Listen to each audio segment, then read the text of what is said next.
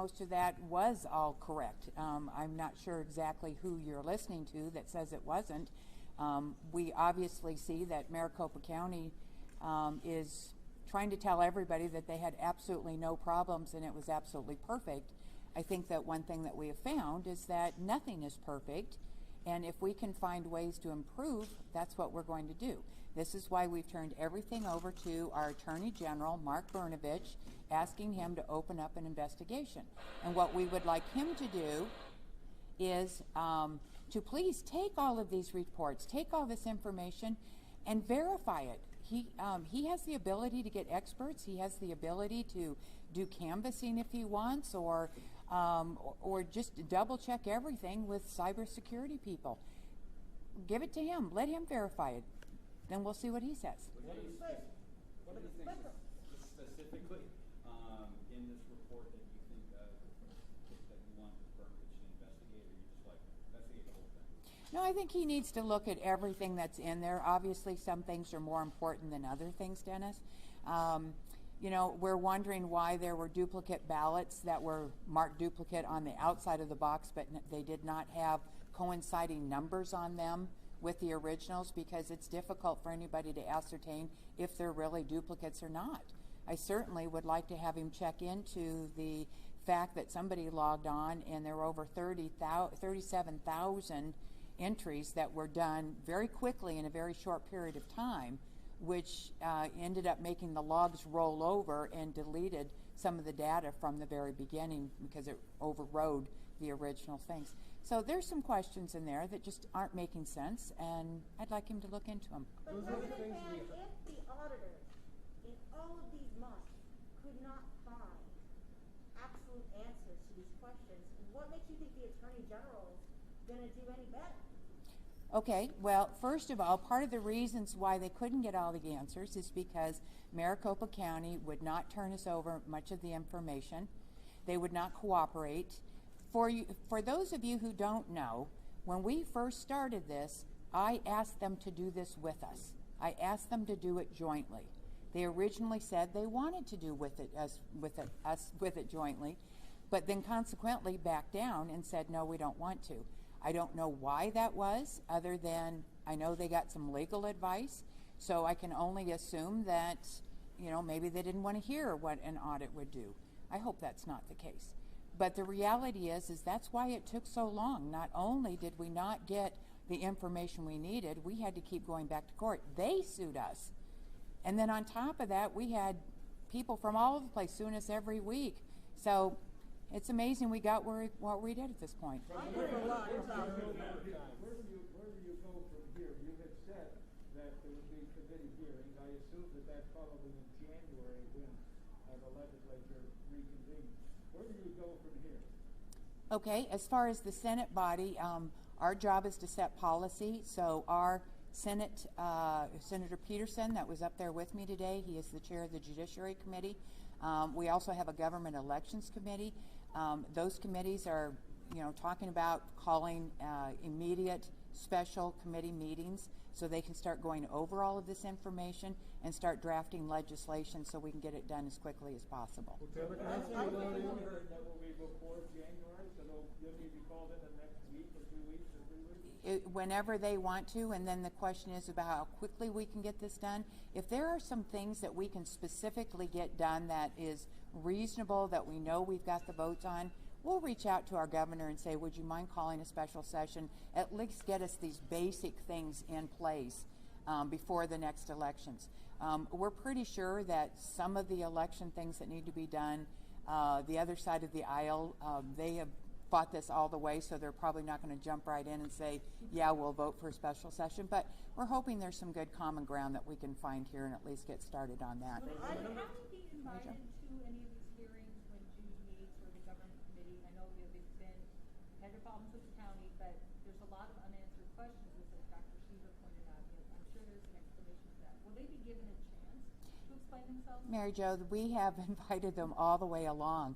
The truth is that even when we had that interim hearing in July, if you remember that correctly, One of the reasons we did is because we kept asking them, come on guys, help us. Just sit down with us and answer our questions. 2 and 2 is not adding up to 4. Maybe there's a logical explanation. Could you please just sit down with us and explain it? And they've said no every time, every single time. To the extent is that we even gave them information from this draft and asked them if there was any input that they would like to give us before the hearing or would talk about it, and we were told no, but they've already got their responses all ready to put out on Twitter. So does that mean that they would be invited? I mean, They're always invited. they'll be invited if there's a hearing. Yes, they're always invited. Barbara? Thank you. A lot, people are still talking out there about fraud. Fraud has been the buzzword. Oh, we're going to find fraud, we're going to find fraud. Nobody mentioned it here. So how do you silence those voices? How do you set the record straight that apparently fraud is not the issue? What do you tell folks out there, some of whom are your constituents? Thanks, Barb. So if any of you know me, I have never said the word fraud since day one, because you don't say fraud unless you can prove it. And you can't prove it just by doing an audit. Fraud is intentional malfeasance, intentional actions. We can't prove that there were intentional actions that caused these problems.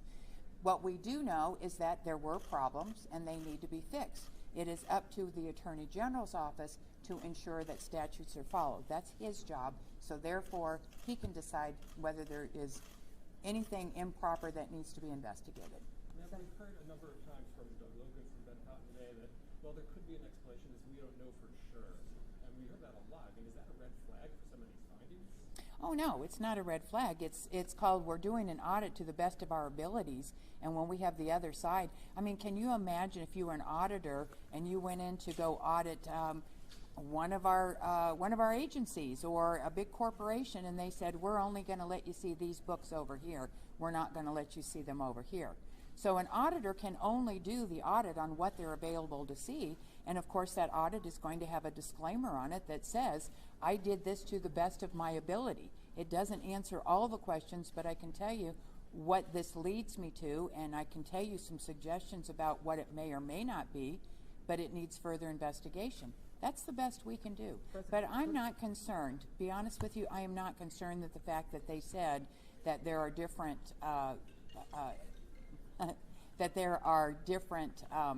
suggestions as to why this may happen, because there always is until you can prove exactly what it is. So President Fan, if they're saying some of these concerns, some of these anomalies, they can't definitively say this is actually a problem, this is what went wrong. You've said problems that need fixing several times.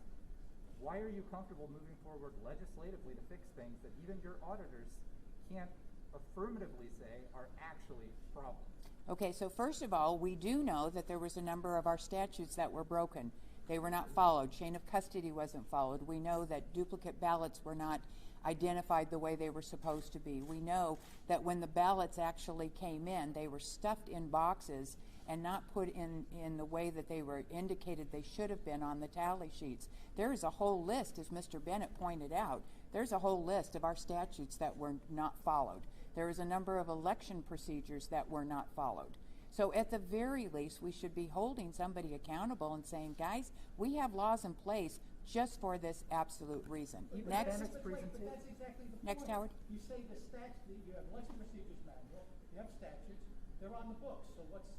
So if folks aren't following, that's a different problem. But you want to talk about we're going to enact more laws? That's the solution. Well, what we're going to do is look at our laws to see if they're strong enough. That is, should we put some penalties in? If you do not follow the statutes, then you should be held accountable in one way or another. We know that there should be other requirements about just handling of the ballots alone. And the fact that there were so many adjudicated ballots, there were over 200,000 adjudicated ballots. That is over 11% of all of the ballots here in Maricopa County. The normal is over 1%. Why were there 10% more adjudicated ballots in this election? You got to ask yourself that question. President Fan, let's talk about the county. You signed a document at the beginning of this promising the taxpayers of Maricopa County that you would pick up the bill if those voting machines were decertified. Any county cost. Instead, at the threat of $700 million of funding, you forced them to waive that promise that you That- made to the taxpayers of Maricopa County that the Senate would pay for replacing those machines if they couldn't be recertified. Okay, The no, federal that's government- incorrect, that's Bob. what the document No, says. That's no, what you it's not. announced. No, it said we indemnify them if they were damaged. That is entirely different, so let's get this correct, okay? So first of all, those machines were all fine going back there. The only reason they said that they were going to decertify them is because we have a Secretary of State who says, oh, I can't tell whether the auditors did anything to those machines. So therefore, let me finish, please. So therefore, she said, I don't know that I can do that. Now, my first question is if she can't get somebody like ProVMB or SLI, if she can't get them to certify the machines that they were not tampered with or that they were tampered with, then how do they certify the machines before election that they're not tampered with? You can't have it both ways. Second of all, we have statutes, once again, we have statutes in how you decertify the machine. Those statutes is the Secretary of State is supposed to give you 30 days notice and say, I'm thinking about decertifying these machines for this reason. And then there's a 30-day period for people to respond to that. And then there is a 120-day period after that that we can go to court or we can argue before a judge as to why we think or don't think those machines will be should be certified. But she did not follow the rules. She did not decertify it. She sent you a letter saying, I'm going to have to decertify, and she started that process. Instead, the people of Maricopa County are going to be on the hook for $3 million that you promised. Nope. So let's go back again, Bob. So here's the deal is, I know he smiles. As I said, she didn't follow the rules, number one, so I wouldn't have had to pay anyway. And besides that, we know for a fact ourselves that there is nothing wrong with those machines. This was nothing more than theatrics and politics in its worst. And there was no reason why the Maricopa County supervisors jumped on that other than to make another political statement. They jumped on it and ordered 2 new machines, which quite honestly the taxpayers never should have had to pay for, ever. And that's the truth of what the matter is here. Also, let's talk about very quickly, hold on to that, Dennis. One other thing, you brought up the deal about them holding back on that one. They came to us and said, we would like to offer a settlement deal. We would like to be able to do this, and we're going to take this off the table. That was their deal. I'm glad they did it, because they wouldn't have won in court anyway. Dennis, your turn. Dennis's turn. You guys agreed to the settlement. Now you're saying- Dennis's turn. Dennis's turn. Go ahead, I'll follow her. You guys agreed to the settlement to end the issues with the subpoena, and now a week later you're turning around and you're kind of re-perpetuating it by saying now we're going to have the AG look at it. No, you are incorrect again. The agreement, the settlement agreement, was to settle the 1487 issue. That's what that settlement agreement is. And even Supervisor Gallardo even said the reason why he voted against it, because he knew that if we didn't get the information that we were promised, yes, we can file another subpoena tomorrow. I hope to God we don't have to do that. I wish that the Maricopa County supervisors would just sit down with us. Let's walk through this. Let's figure out what it is we're doing. If you remember, Mr. Richer, Stephen Richer, he ran for this recorder's job last November against Adrian Fontes. And he ran on the platform that he knew we had problems in the Maricopa County elections because of things the past recorder had done. We knew that. He knew that. That's what he ran on. So, wait a minute, Howie, please don't interrupt me. Just a minute. So he knew that, and so consequently, this is exactly what we're doing. Let's uncover whatever problems that may have been there, that are there, that Mr. Richer, by his own acknowledgement, knew they were there, and he should work with us to make that office better. Howie. Except for the fact that when Mr. Richard got in there and looked around and found out things were done according to Hoyle, in fact, if somebody was going to screw up the election, it would be Fontes who would find a way to get himself reelected. Richard is among the people who said nothing is wrong. His people are on the phone to me today over and over again pointing out the flaws in what Doug Logan told you. So how can you say, well, Mr. Richard is on your side? Mr. Richard thinks that you guys basically have screwed the pooch. I did not say he was on our side. I was saying that he should be on our side. So the reality is that if you don't do an audit, how did he even know that? I mean, did he look at all $2.1 million ballots, to make sure that they were all, the ballots were handled correctly, that the duplicates were handled? Did he do that? No, he didn't. So how would he know that, Mary Jo? Speaking of audits, you called for more audits. Who would do those? Would that be at taxpayer expense, or are you talking about a somewhat private effort, quasi-private effort as we saw here? So if you're referring to the comment that I made when I was on the diocese closing, is that what I said was that I believe that this is a lesson that we all learn, that we cannot just automatically assume that whoever the recorders are following the rules and following the statutes. We shouldn't just assume that anymore. Now, there are some amazing recorders out there, and the people that work at these facilities are amazing people. I do not want to take anything away from those. What I am saying, though, is mistakes are made. You know, sometimes we don't follow rules, and maybe they didn't realize it was a rule. Maybe they didn't realize it was important. But when people don't check up and make sure that everybody is doing what they're supposed to be doing, people get sloppy. Sometimes work gets sloppy. What this whole exercise They has do done- a major, hold on just a second, Bob. They do a minor audit, and that was part of the problem when this whole thing first started. I had called the supervisors and I said, you guys, you need to do a much bigger audit instead of this minimum one here. Too many questions, too many problems. Do a much bigger one, and so let's get this put to bed immediately. Much bigger ones for Yes, future? absolutely. Now, I'm not saying it has to be to this magnitude, but it certainly needs to be more than what we are doing right now, because obviously the voters aren't feeling comfortable that everything's being done. And we should check this. You know, we could do a better job of checking our ballots and our registration forms against Social Securities, against death certificates, you know, against making sure that if we're sending out ballots that they're actually going to someplace. You've heard me say, Mary Jo, that we have had reports, which I want the AG to investigate because that's his job, but we have had reports of people where a house in the East Valley received over 25 ballots to their address and only 2 people lived there, and they didn't know who the other people were. There is reports of over 75 ballots going to a vacant lot down in Tucson that was verified. When we looked at it, we said, oh, fraud, right? Fraud. Actually, it wasn't fraud. But when we looked at it, apparently at one time, there was a homeless camp there, and people had their tents there, and they were getting their ballots sent to that.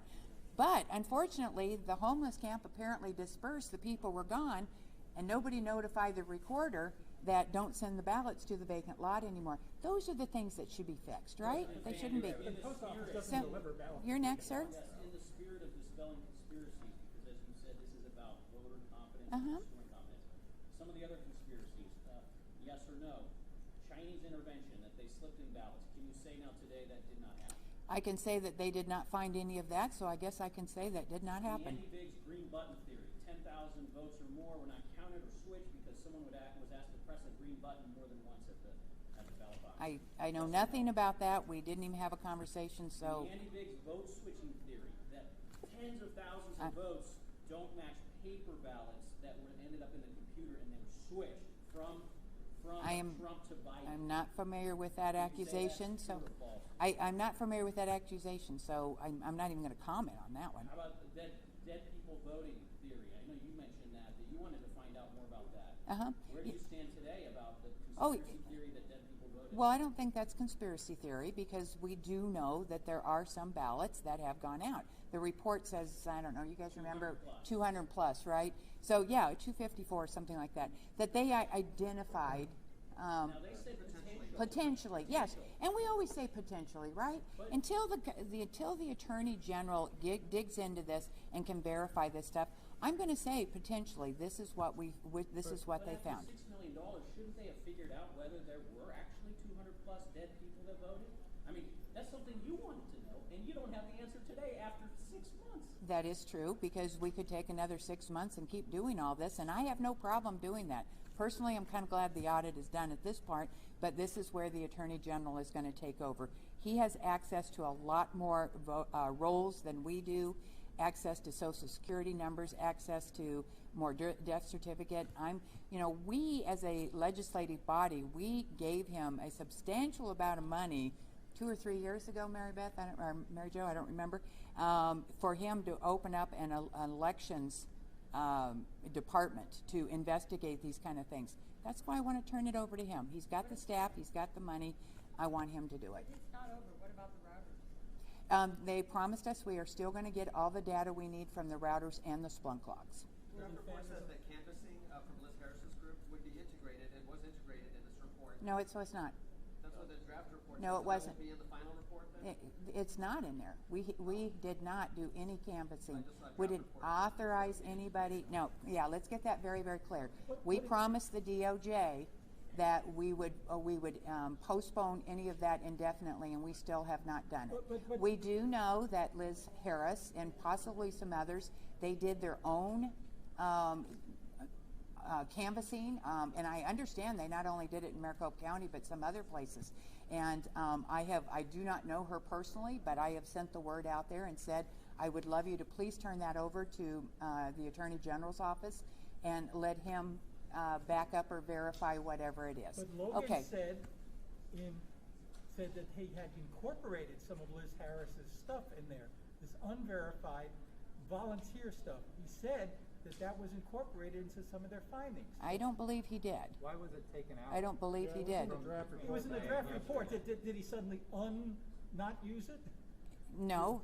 Well, first of all, that's why that's always an issue when you guys get a draft report, because sometimes you get misinformation. What I'm saying is there is nothing of Liz Harris's in that report. We did not commission her, nor did Doug Cyber Ninja, the auditor. She was not commissioned to do anything for us. No, she wasn't commissioned, The but- Department of Justice specifically warned you not to do that. And we didn't do it. Doug Bob, Logan we did not hired do it. you and put it in a report that he used that information. Bob, we did not use That it. seems to go directly against the Department of Justice's Bob, direction to you. we did not use it. We have followed our promises to the DOJ. End of story, okay? We're not going to argue about this. I can tell you what it is. Is there anything else? Otherwise, I'm going to shut this down. Yes, Dennis. You said over and over again that you started this because people's confidence in elections weren't as good as it should be. Do you Absolutely. really think that this audit is going to quell any of that? The fact that you hired auditors that aren't accredited, that's been funded by people who support Donald Trump. Do you really think that this is going to quell that? And it's going to restore confidence in elections? Okay, Dennis, that's a fair question. So let me tell you is that you heard all of the credentials of the people that presented today. So you can decide whether they're qualified or not, and let the public decide whether they're qualified or not, other than maybe some of the spin that was put out there, with all due respect. Now, to your other question, I think it showed the public that we do have some problems with our elections, that maybe the statutes aren't being followed, that we could do a better job. We could do a better job of making sure that this is done. And quite honestly, you guys know from day one, I have always said, and I'll say it again, this was never about overturning. This was never about decertifying. This was all about, you're talking to me right now. You go, you talk to me. You talk to me. Sure, when there are people outside right now, there are people on social media right now, including members of your own caucus, saying that what they heard today shows the results of the election here were wrong, that the election was rigged, that it was stolen, that the election should be decertified. Do you agree with their statements, and what would your response be to people who are saying that? We have people and members that say things all the time. I'm not going to comment on theirs. What I can tell you is that through all the reports, and there's a couple of you that are out here that I trust and know that you tried your best to be as impartial as possible, but we also know that from day one, you guys started calling it a sham audit and a fraudulent audit. Heck, our own Secretary of State put out a 100-plus page report a couple of weeks ago saying, don't trust the audit, don't trust the audit. Well, guess what? The numbers were pretty close. So what, you're not going to trust the audit when the numbers just came pretty close? All they're doing is pointing out, did we do the audit correctly? Do we have problems? Can we do better? That's it. End of story. I think we're done. I think we're done. I have no regrets other than I wish we would have done this 4 years ago.